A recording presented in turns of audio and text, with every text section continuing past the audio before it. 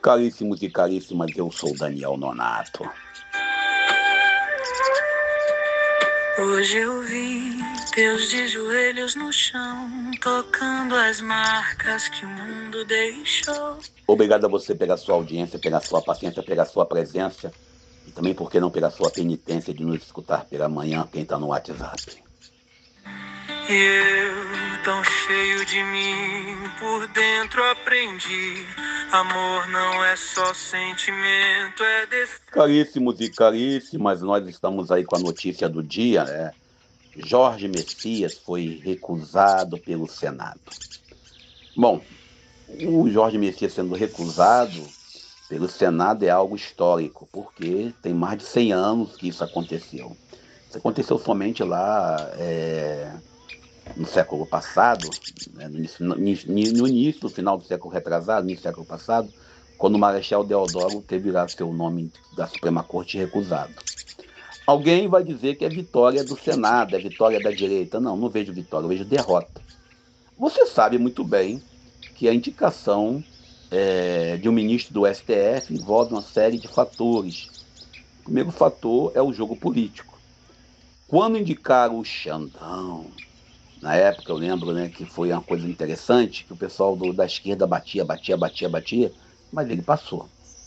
Também, na última vez que indicaram lá o candidato do Bolsonaro, no último ano, a última indicação que teve foi do Bolsonaro, né, e a gente viu que cozinharam durante mais de 6 meses a sabatina. E nós sabemos que os dois indicados pelo Bolsonaro, o Mendonça, ele é pastor presbiteriano, e o outro que ele indicou, o Cássio Conká, ele é mestre maçom. Então, esse discurso aí de evangélico, de conservador, é algo complicado. E o Lula vai indicar agora um evangélico, né, um batista, para assumir a vaga no STF, com a aposentadoria, né, do cidadão aí que fica correndo com medo. A gente olha claramente dois fatores. Eu esperava que o Lula indicasse alguém, uma pessoa negra, uma mulher, um homem, tanto faz, alguém para poder dar mais, vamos dizer assim, mais pluralidade. Como o Bolsonaro indicou um terrivelmente evangélico, o Mendonça, ele também, o Lula podia indicar alguém ligado ao campo da matriz africana, da religião de matriz africana.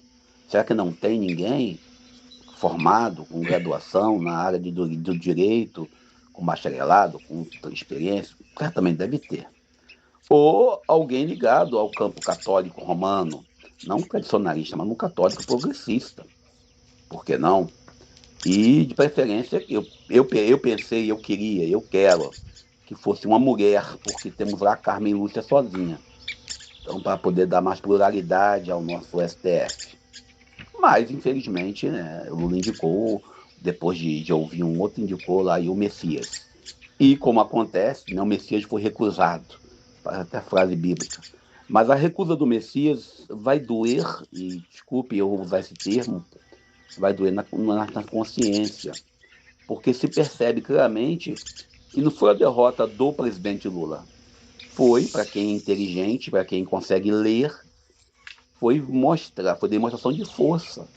E aí, além de mostrar a força do Senado, com todo respeito a todos e a todas, demonstra claramente que o Senado tem um projeto.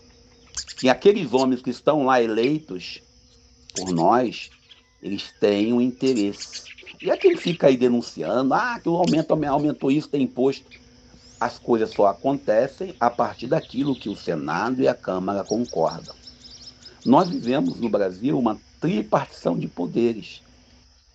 E essa tripartição de poderes é vivida de forma assim, interessante no Brasil. O poder judiciário, né, nomeado pelo poder executivo e legislativo em comunhão. E o poder legislativo, que é dividido em Câmara Alta e Câmara Baixa, que no caso forma o Congresso Nacional, que é o Senado e a Câmara, e o poder executivo, que é o presidente. Nós vivemos essa dinâmica. E não tem como você querer dizer, não, que agora o Lula foi derrotado. Não, não foi o Lula derrotado. E eu esperava outra indicação do Lula, não essa. E aí, de verdade, aqui no meu coração, nem concordo com a nomeação do Messias para o cargo no STF. Mas era melhor do que a indicação do Pacheco, né? Mas deixa quieto. Vamos nós para o Evangelho do Dia, porque nosso lema de hoje tem tudo a ver também.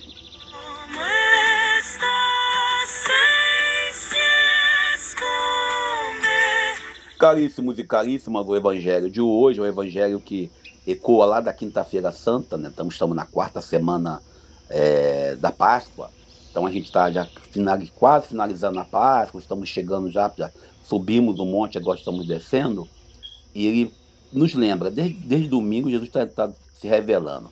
Domingo ele se revelou como um pastor, que traz a vida e a abundância para todos. Na segunda ele falou que era a porta. Na terça ele falou que era a luz. E ele vai trazendo para nós, cada dia, uma situação interessante. E você vê que todo mundo quer fazer uma leitura do Cristo. Eu fico olhando quando eu vejo um padre ou um pastor, alguém dizendo que fala em nome de Deus. Eu falo em nome de Deus. E o pessoal gosta muito do Deus que está no trono, do Jesus Cristo ressuscitado, o vencedor. O pessoal esquece de ver o Cristo crucificado, e antes de ser crucificado, ele lavou os pés dos seus, do Cristo que sentiu fome, do Cristo dentro da realidade humana. É muito comum nós brigarmos e querermos, né, um Cristo vitorioso, um Cristo cheio de luz. O Evangelho de ontem, Jesus falava, eu sou a luz. E a gente entra claramente, né, que Jesus fala, eu sou a porta, sou o pastor, sou a luz. Esse caminho de revelação do Cristo, hoje traz o Cristo servidor. Se alguém se acha poderoso, né, não sou o pastor. O pastor é aquele que pega a ovelha e faz o que quer com a ovelha. É o dono da ovelha. A porta ela abre para quem tem que abrir. E aí, a luz. E a pessoa tenta ser a luz, tenta brilhar mais do que o próprio Jesus. Eu vendo as críticas, a atual crítica que está tendo ao Frei Gilson, com todo respeito, sem querer tomar lado, mas tomando um lado, porque não existe crítica neutra.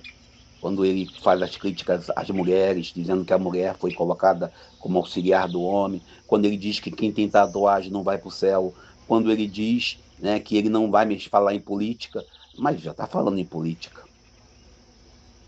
E aí é você querer ser mais luz do que o próprio Cristo.